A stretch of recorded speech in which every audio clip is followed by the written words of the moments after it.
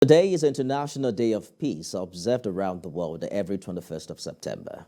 And this year's event has been declared by the United Nations General Assembly as a day devoted to strengthening the ideals of peace by observing 24 hours of non-violence and ceasefire. UN Secretary General Antonio Guterres said racism continues to poison institutions, social structures, and everyday life in every society. He said achieving true peace entails much more than laying down arms, but also involves creating a world in which people are treated equally, regardless of their race, and building societies where all members feel that they can flourish. This year's theme is End Racism, Build Peace. Now let's talk to human rights activist Niyi Aborisade, who joins us live from Ibadan. Mr. Aborisade, walk us through what you consider to be the principles behind peaceful coexistence as it relates to Nigeria in, for instance, a pre-election year. Thank you very much. I think the peace, as defined, is kind of unity, but the issue is awareness. The United Nations is trying to create awareness of peace, because what is exclusive now is peace in the world.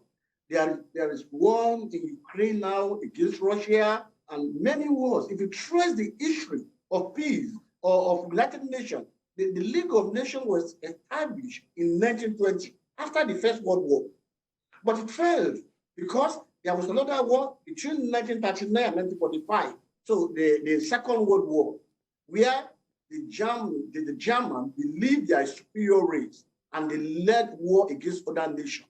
So they established another one, United Nations in 1945, and that is what is functioning today.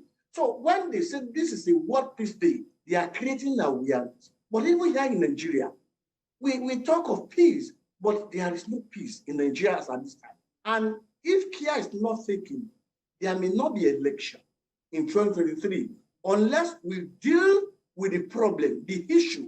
We have to nip the issue at the board, because at the end of the day, we have bandits, we have terrorists. They are still operating in the north very well. And up to today, they can go in and come out anytime they like. They took Kuje prison in Abuja. They operated for more than 1 hour and they left. They entered the train. They captured some people and held them and collected ransom after so many days. So while we are looking in 2023, we need to deal decisively with the terrorists and the bandits. Absolutely. It looks like it did. Indeed, Mr. Aborisade, but the armed forces will also tell you tales of the efforts they're putting in and some of the results in recent days, particularly as it regards to surrendering of arms from some members of Boko Haram and issues as regards that. But speak to us about how each Nigerian can be actively involved in building peace, the concept of peaceful coexistence that you've talked about. We must learn to live together in unity. The citizens also must cooperate with the law enforcement. They should report any suspicious movement of any would-be terrorist, or maybe just mere suspicion is enough to report to the authorities. It's not enough for the citizens to take the law into their hands, but to tell the authorities. So this is what the citizens can do as well, by cooperating with those who are fighting terrorism. But the problem, why the citizens are afraid, is the moment they point them out, like the way when they arrested Wakil last time, I think the OPC, those who arrested became the culprit, and Wakil was released at Igaga. So when you look at this, the citizens also are afraid.